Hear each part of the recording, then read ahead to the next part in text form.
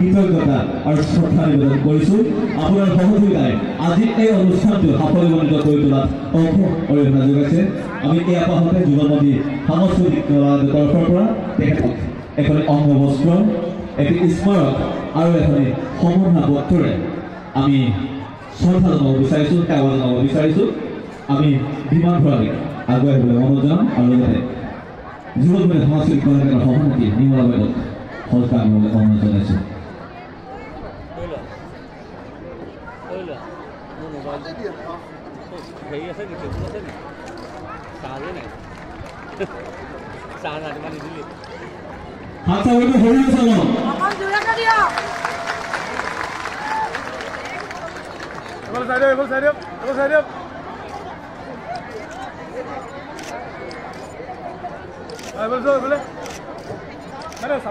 সকলোকে নমস্কাৰ, সকলোকে নমস্কাৰ।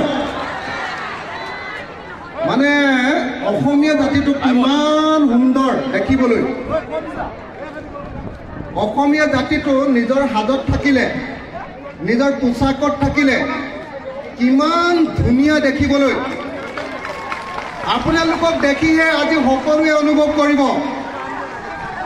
মই জোৰকে হাত তালি বজাবৰ কাৰণে অনুৰোধ কৰিছোঁ। অসমীয়া জাতিৰ এই ধুনীয়া, আপোনালোকে চাওক, অসমীয়া জাতিৰ এই ধুনীয়া চেহেৰা।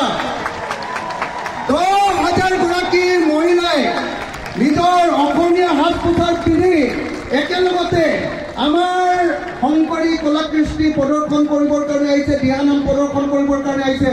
মই সকলোকে একেলগতে হাত তালি বজাবৰ কাৰণে অনুৰোধ কৰিছোঁ। আমাক শংকৰদেৱে, যুগনায়ক শংকৰদেৱে, শ্ৰী শ্ৰী জগতগুৰু শংকৰদেৱে আমাক কেনেকুৱা এখন সুন্দৰ সমাজ দিছে। যি শংকৰদেৱে আমাক কেনেকুৱা সাজ পিন্ধিব লাগে, যি শংকৰদেৱে আমাৰ গীত কেনেকুৱা হ'ব লাগে, আমাৰ নৃত্য কেনেকুৱা হ'ব লাগে, আমাৰ ঘৰ কেনেকুৱা হ'ব লাগে, ঘৰৰ আৰ্হি কেনেকুৱা হ'ব লাগে, গোটেই অসমীয়া জাতিটোক অসমীয়া জাতি হিচাপে পৃথিৱীত পৰিচয় দিবৰ কাৰণে যিটো পৰিচয় গোটেই অসমীয়া জাতিটোক দাঙি ধৰিছিলে, তাৰ ভিতৰত আটাইতকৈ গুৰুত্বপূৰ্ণ মানুহজনৰ নামেই হ'ল শ্ৰীমন্ত শংকৰদেৱ। আৰু সেই শংকৰী পৰম্পৰা, শংকৰদেৱৰ পাছত শংকৰী পৰম্পৰাত সৃষ্টি হোৱা এই নামটোৱে হ'ল আজি আপোনালোকে পৰিৱেশন কৰিব খোজা দিহা নাম। দিহা মানে মই ইয়াত ক'বলৈ গ'লে, মই আচলতে বিশেষ যেহেতু নাজানো, মই বেছি ক'বলৈ গ'লে চাগে গীতালী বাইদেউহঁতে, নিৰ্মলা বাইদেউহঁতে মোক গালিয়ে পাৰিব, হয়নে নহয়? আৰু বিশেষকৈ কমলা ইয়াত আছে, কমলা গগৈ, হয়নে নহয়? আৰু ইয়াৰ পণ্ডিতবিলাক, সকলোবিলাক ইয়াৰ পণ্ডিতবিলাক আছে এই বিষয়ৰ। গতিকে মই সেইবিলাক বিষয়ে একো ক'বলৈ নাযাওঁ। কিন্তু এটা কথা ঠিক, দিহা মানে হ'ল দিহা। আমাৰ জীৱনটো কেনেকৈ চলাব লাগে তাৰ সমস্ত দিহা আমাৰ দিহা নামত পোৱা যায়। গতিকে সেই দিহা নামক আপোনালোকে সমূহীয়াভাৱে এনেকৈ ষ্টেডিয়ামৰ মাজলৈকে লৈ আহিছে। এনেকুৱা যে 10,000 গৰাকী মহিলাই একেলগতে পৰিৱেশন কৰিবলৈ লৈছে।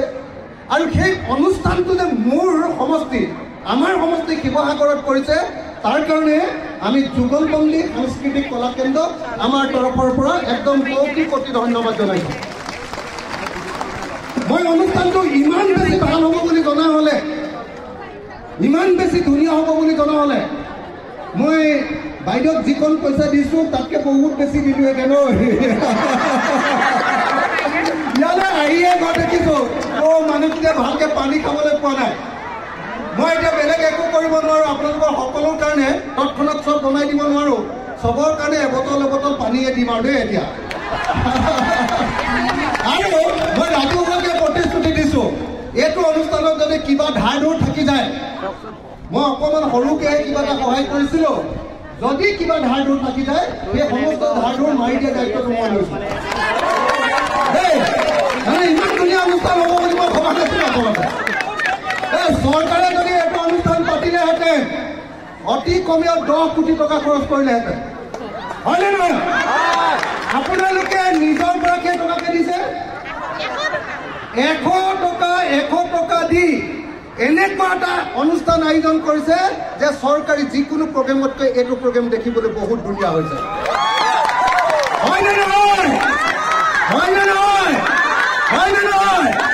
গতিকে যুগলবন্দী সাংস্কৃতিক কলা কেন্দ্ৰ মই গোটেই শিৱসাগৰৰ মানুহৰ তৰফৰ পৰা মই গোটেই শিৱসাগৰৰ মানুহ বুলি এইকাৰণে কৈছোঁ যে আপোনালোকে মোক শিৱসাগৰৰ বিধায়ক পাতি থৈছে গতিকে গোটেই শিৱসাগৰৰ মানুহৰ তৰফৰ পৰা মই বাইদেউ আৰু বাইদেউৰ লগত জড়িত থকা সকলোকে মোৰ তৰফৰ পৰা ধন্যবাদ জনাইছোঁ ইয়াতে যিসকল শিল্পী বাদ্যযন্ত্ৰৰ লগত জড়িত হ'ব আৰু কমলাকে ধৰি আমাৰ কমলা মোৰ মানে ভাই কমলা গগৈ ক'ত গলি ঐ কমলা কিমান দূৰত আছে বোলা কমলা গগৈ দিহা নামৰ নাম মানে কমলা গগৈ হয়নে নহয় এই কমলা গগৈ আজি আমাৰ ইয়াত আছে গতিকে মই সকলোকে শিৱসাগৰবাসী হৈ মই এটা সেৱা ল'ব খোজোঁ ইয়াতে মঞ্চতে লওঁনে তাতে গৈ লওঁ সেইডোখৰত গৈ এটা সেৱা লৈ মোৰ বক্তব্য শেষ আপোনালোকক সকলোৰে সন্মুখত এটা খালি সেৱা লওঁ ৰাইজৰ মাজতে আগলৈ গৈ সেৱা পালন বছে কমলা সকলোৰে কমলাৰ কাৰণে এটা হাত চাপৰি দিয়ক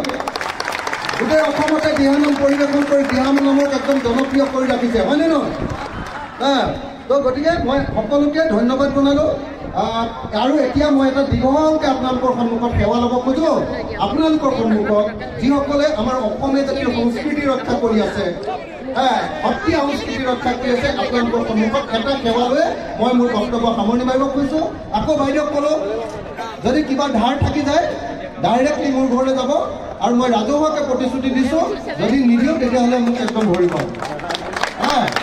দেই আৰু আপোনালোকৰ কাৰণে এতিয়া তৎক্ষণাত একো কৰিব নোৱাৰোঁ অকল খালি এবটল পানী পঠিয়াই দিম আৰু বেলেগ একো কৰিব নোৱাৰোঁ দেই সকলোকে একদম সেই তালৈকে থকা সকলোকে ধন্যবাদ আৰু কৃতজ্ঞতা জনাইছোঁ আমাৰ সমষ্টিবাসী ৰাইজৰ তৰফৰ পৰা ধন্যবাদ জয় অসম জয় অসম জয় অসম জয় গুৰু শংকৰ জয় গুৰু শংকৰ জয় গুৰু শংকৰ ধন্যবাদ ধন্যবাদ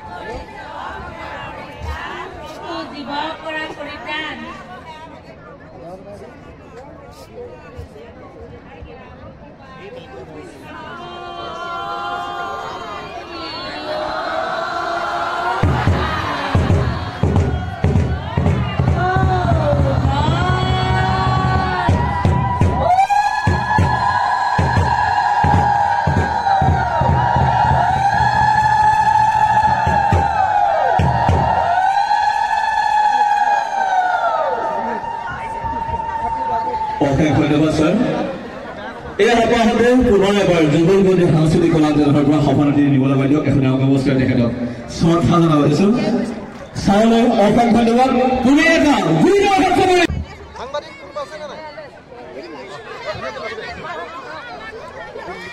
ফ্ৰেম কৰি থ'ব পৰাকৈ লওক পিছফালৰ মানুহ আহিব লাগিব